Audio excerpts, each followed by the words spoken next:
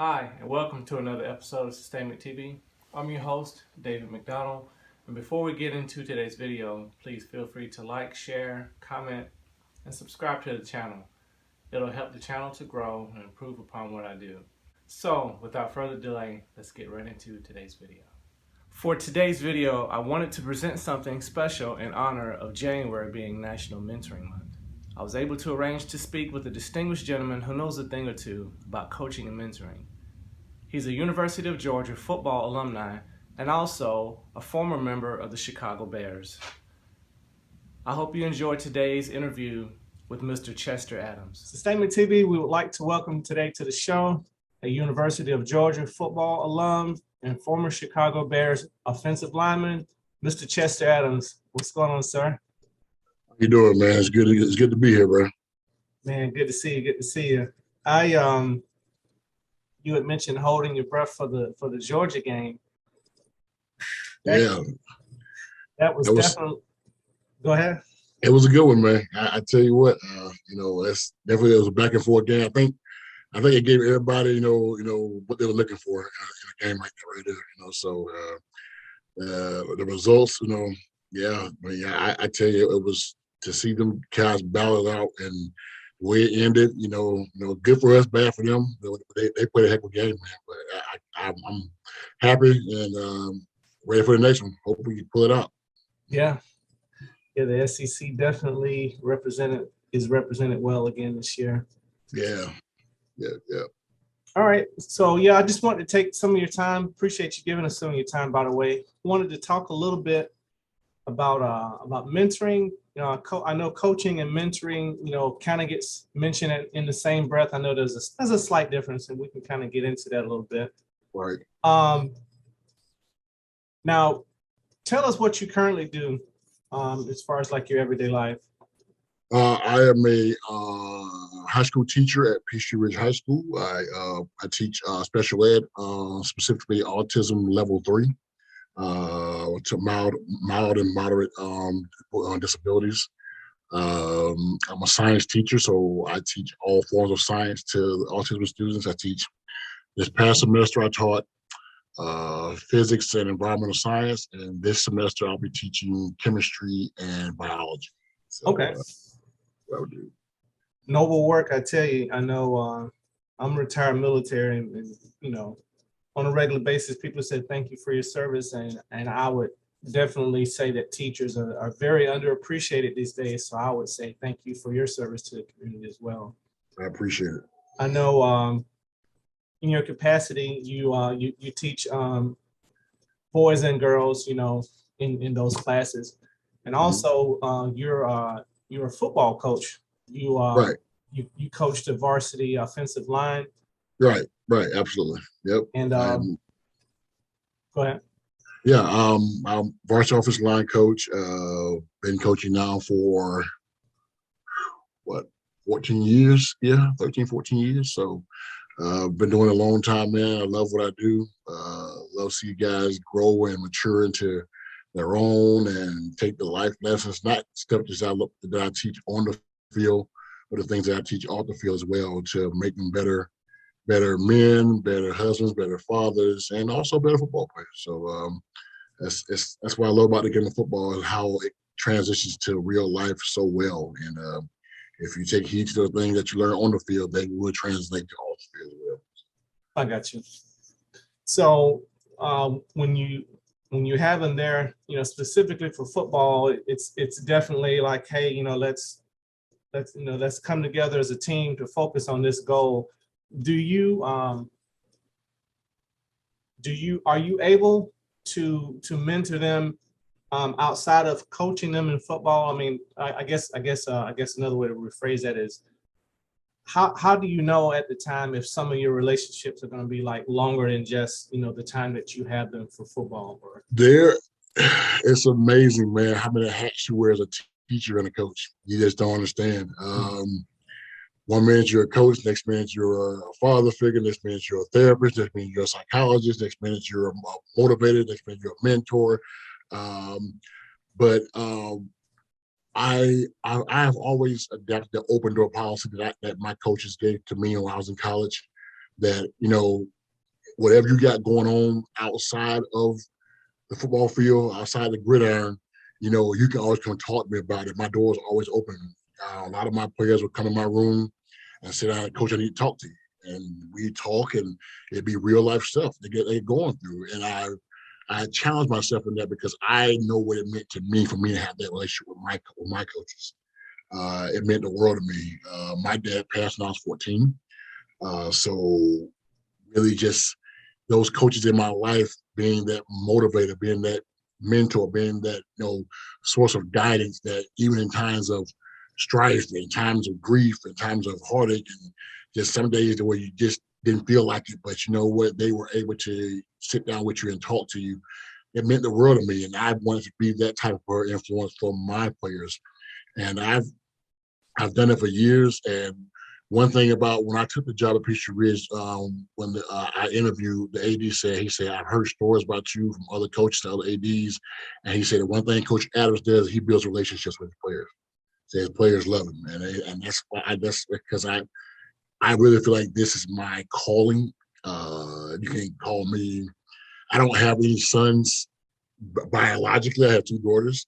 But my wife said, you have several sons, baby. She says, the relationship that I've gone with these guys over the years, as far as talent wise, and just enriching them their lives and preaching life into them, and just giving them things to think about. And when they're at home and they go through something, they can remember those things and say, "Hey, I need to talk to Coach." And so those relationships mean the most for me, man. It really do. And I've got players now that I've become friends with for years after playing. Like, actually, crazy thing about it, this morning, one of my former players who played for me in 2014, he went to Valdosta State.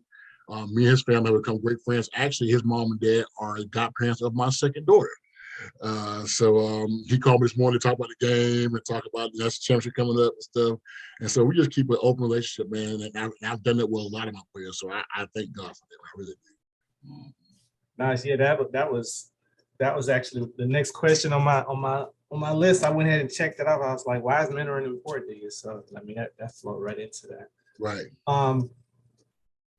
As far as like I guess values and whatnot, what values are you committed to, I guess, in reference to when you have the audience with these young men and stuff, and with whether it's football or whether it's real other real life issues. I mean, what Right. values are you committed to? What do you focus on when you My values, man, honestly, is faith based. My faith, I gotta stand on that.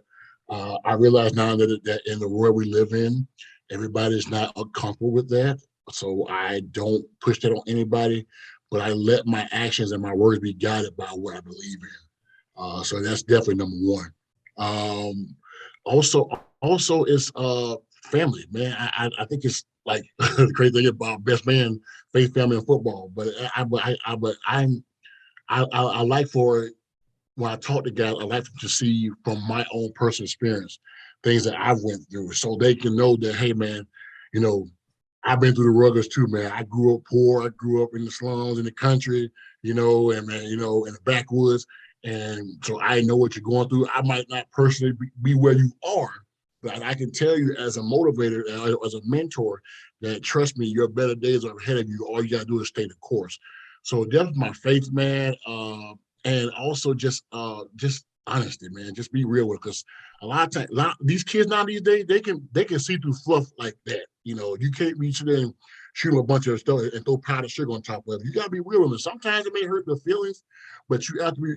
They will respect you and like, you know what, coach, you were honest with me, and I was, and I am, and that's how I. And that's at the end of the day, what you're gonna be serious about Coach Adams as a mentor, as a coach, is that you know what, he's gonna shoot you straight. And it may hurt your feelings. And that's how my coach were with me. Because sometimes, I had my moments. My coaches had tell me, sit me down when I was young. Hey, it's time for you to grow up. And so it's a harsh lesson, but you need it, because at the end of the day, life is hard and life is real. And somebody here tell you a whole bunch of fluff, that's not adding substance to what you're going through. I need to really enrich you, so you can say, you know what, I'm better than what I am, or I can get over what I'm going through. So that's what I usually go through. All of it. Those are my values, really, as a coach and a mentor. Gotcha. Yeah, I was reviewing some stats a while back, and it's like they said, any given year you have a million high school football players, and then college, the pool goes from a million down to 71,000. Yeah. And so that's what 6.5%, and then it's like going from college to pros out of that 6.5% from high school, you only got, I think it's like 1.2%. So 1.2%, yeah. with the odds, basically, pretty much, hey, you ain't playing pro. Obviously people do, make it to Right. so how are you, I guess, how do you help your players keep the main thing the main thing? It's like, hey, you're not auditioning for the NFL. It's like, hey, there's real life, that you need to prepare for. How do you keep them focused? As when I talk to my guys, I was like, listen, there is life after football. Even if you go play in the NFL, football's going to end one day. Yeah. And you got to have something to fall back on. And I can attribute that to personal experience because when I left Georgia, I didn't graduate. I had to go back and get my degree. And life happened, divorce happened, and years of going back and trying. And I realized how much it threw me off course. And what I tell them is that, listen, you're going to need it. The education, you're going to need it because it's going to follow you everywhere you go. That piece of paper means more than anything. You can sit here and basically, well, I'm gonna be an NFL player. That may be true, but then again, the odds are against you. Like you said, the numbers are not in your favor, especially if you're not a high caliber player like you think you are. And at the end of the day, you gotta have something to fall back on as a player. So take your studies, take your education personal. Make the most of it because when you get in the classroom, at the end of the day, you're trying to set the standard of, what, I have the ability to change my situation. I have the ability to do that. And you go around playing around in school or not doing what the teacher tell you to do or not doing or not, taking your education, seriously, it throws you off. And one thing you can't get back is time. So when time goes, it goes, and before you know it, days turn to months, months turn to years, and before you know it, you go 25, 30, looking like, wow, I mean, how did I get to this point?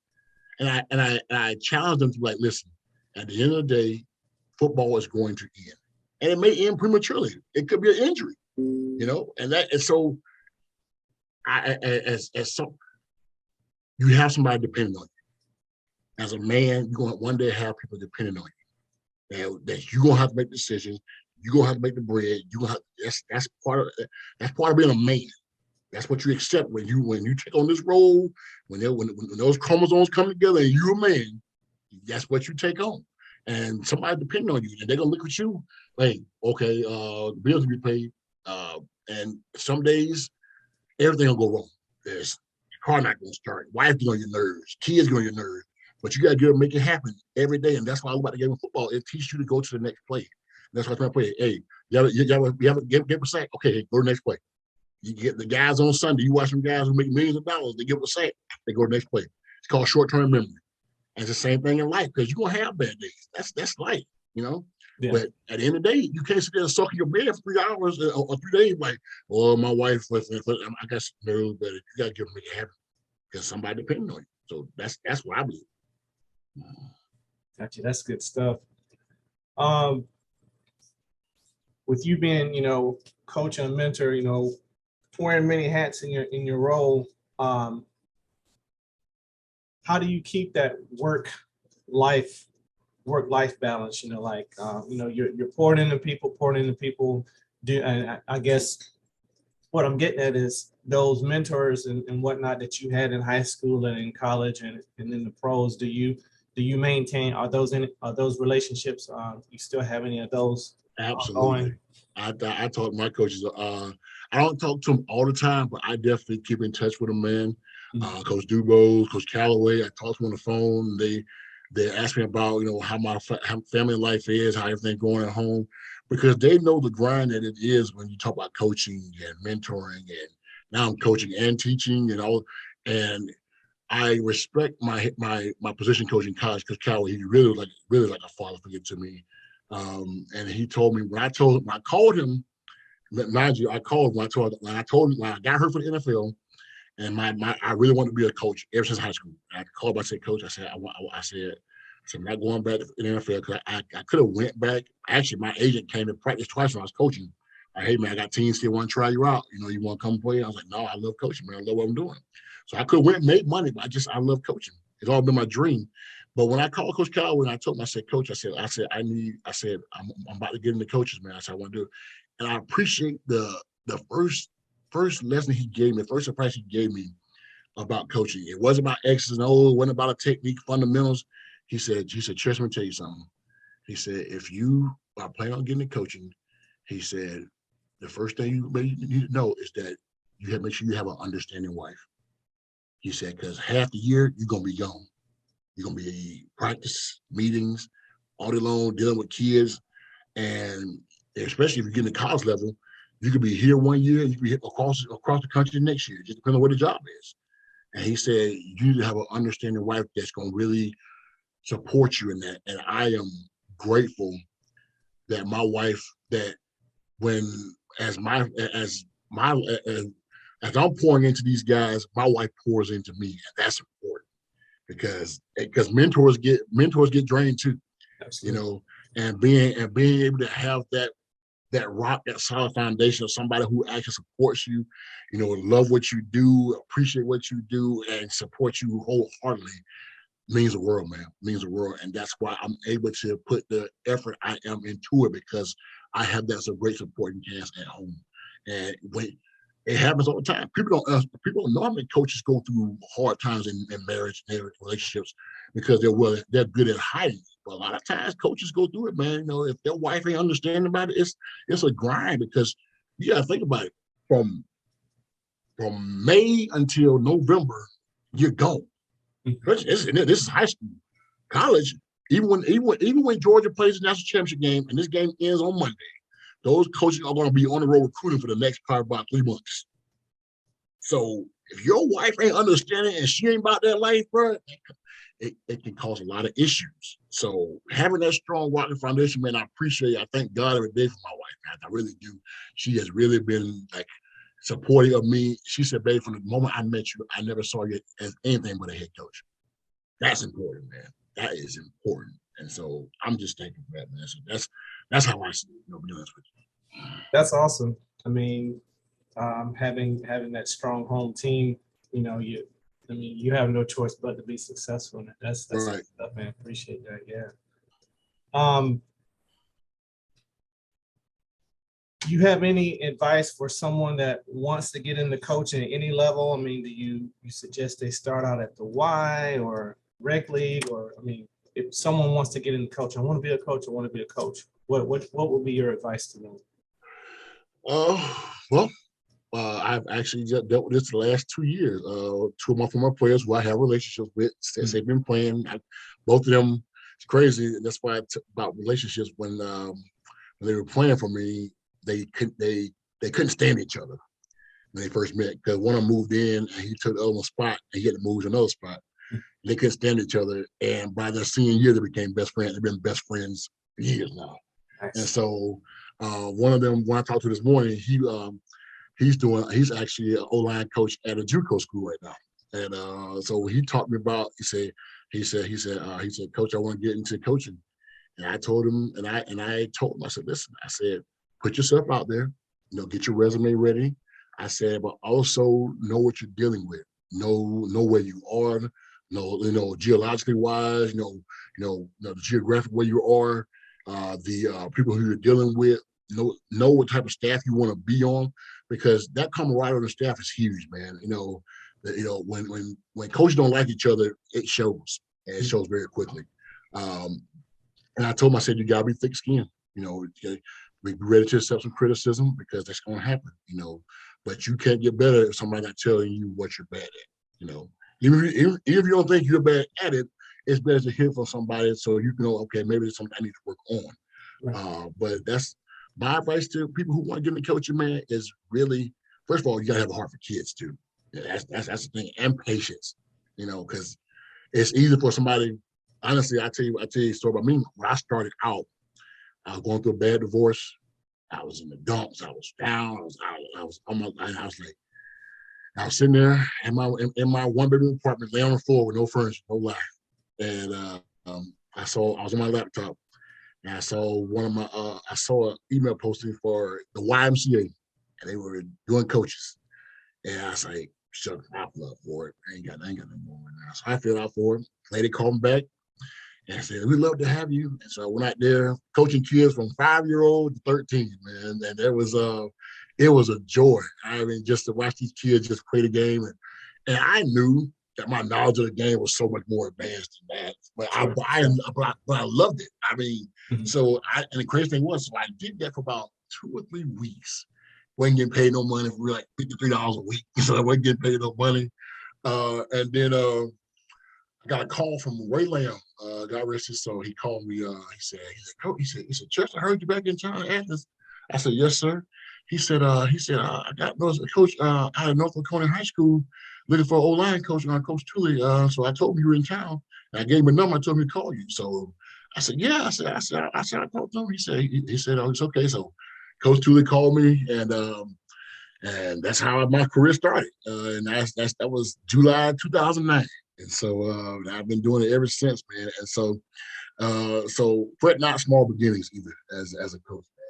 If you want to start little league and work your way up, that's fine. But there are going to be humbling experiences. But that's part of the game. That's just how it is. So, but yeah, that's my advice to people who want to Okay. get relationships are key.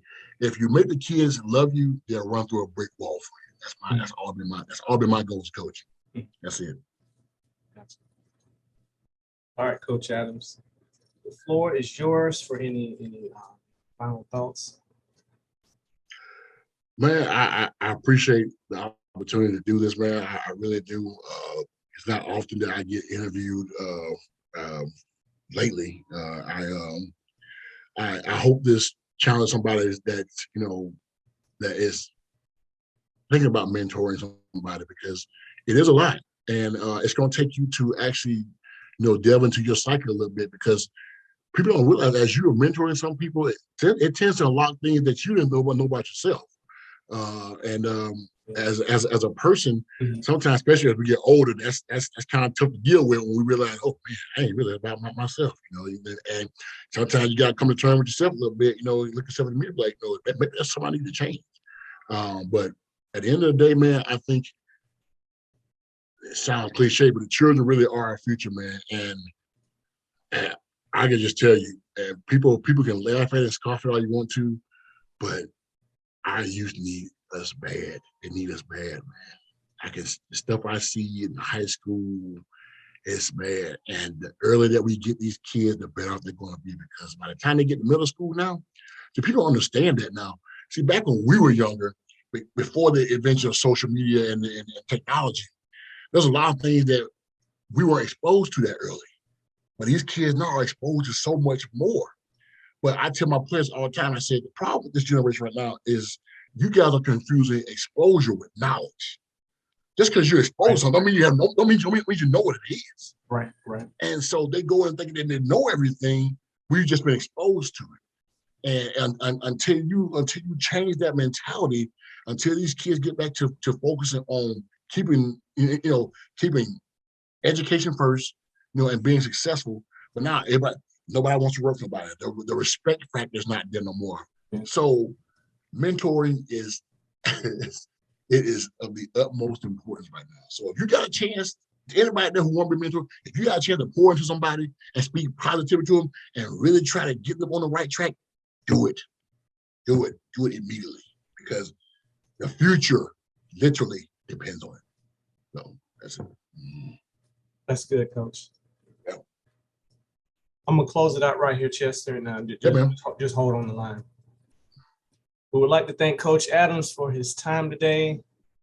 Truly, coaching and mentoring is something that, any age group can benefit from, but especially our youth.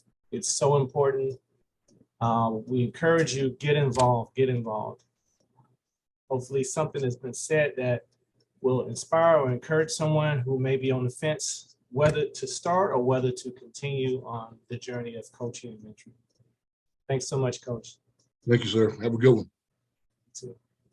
I hope you enjoyed today's video. Remember, seek out those opportunities that may present themselves in your communities. Our youth could definitely benefit from having proper guidance and inspiration to ensure their success. Take care, and I'll see you on the next video.